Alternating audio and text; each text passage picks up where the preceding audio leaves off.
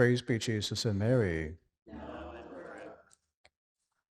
Whoever wishes to come after me must deny himself, take up his cross and follow me. These words from today's gospel should remind us that we're followers of Christ and him crucified, that only through the cross is there salvation and sanctification. It's so paradoxical that the thing we usually try to avoid most,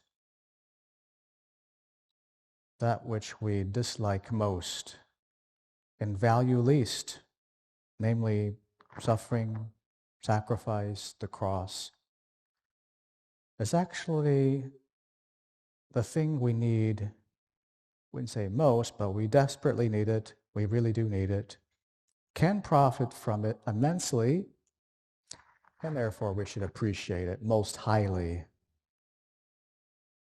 For Christ has established that the cross is the great means by which we can be united with him perfectly.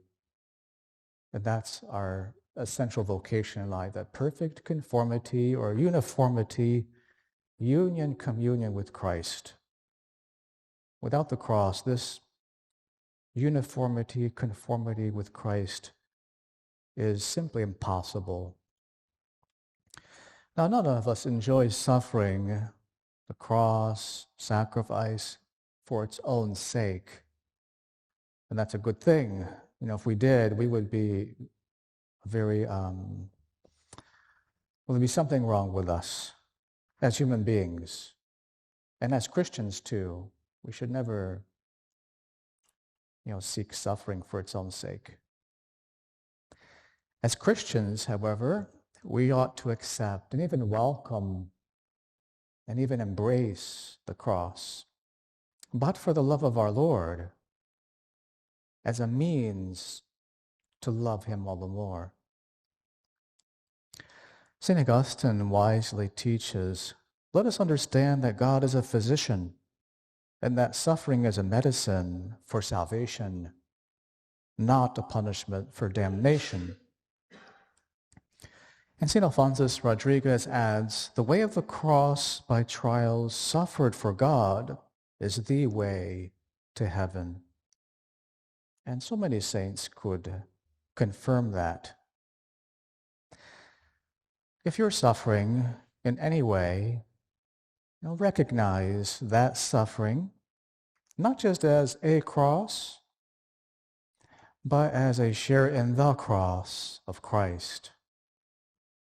And that very specific cross, or share in the cross of Christ, is the only way in which you, personally, will be perfectly united with Christ. Here and now.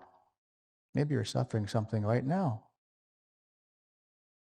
So recognize it as a personal share in the cross of Christ. Embrace it.